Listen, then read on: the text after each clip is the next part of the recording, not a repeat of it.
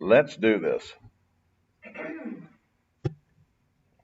Reason is the natural order of truth, but imagination is the organ of meaning. This quote by C.S. Lewis begs the question of what imagination really is.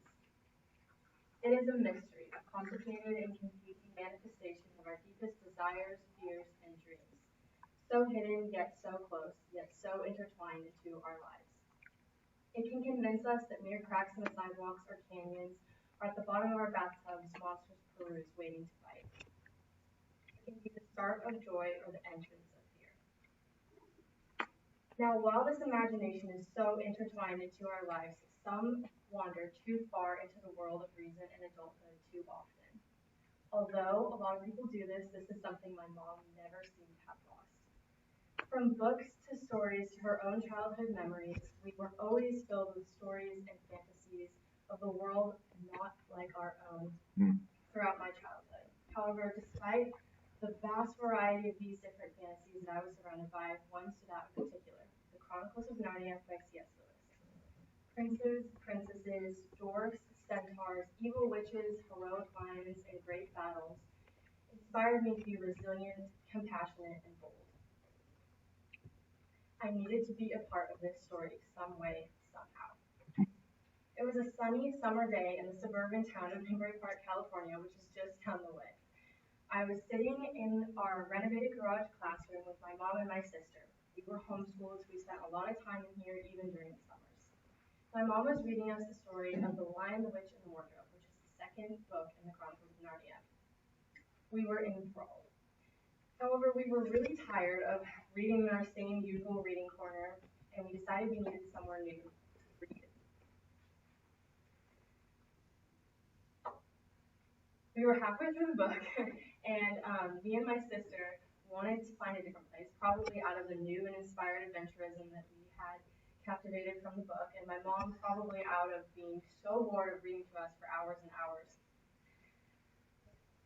We had had some disappointing attempts in the past at scaling the hill that flanked our house on the Boney Mountain State Park. I'm not sure what to call that, but Boney Mountain State Park.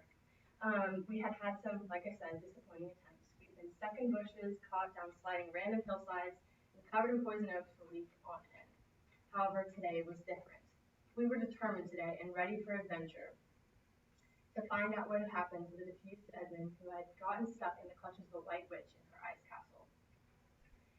Now, like I said, today was different. So even though we passed our normal landmarks that we usually had on the hill, we were excited to try something new.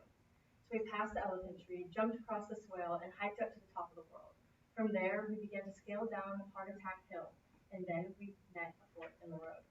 We could continue down right, which is the path we usually took. It would take us down to a peaceful and unexciting field that we could then take to the road and walk down to Spudnuts Donuts, which was a Saturday morning favorite. But like I said, today was different.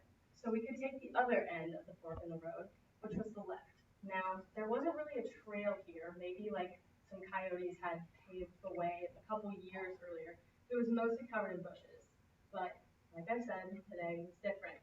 So my mom made the courageous decision to take two girls down who, I might add, had a lot of energy and probably had already taken their shoes off and were running all over the place. So we decided to go down the left. We bushwhacked all the way down, and then we came to a clearing not much later.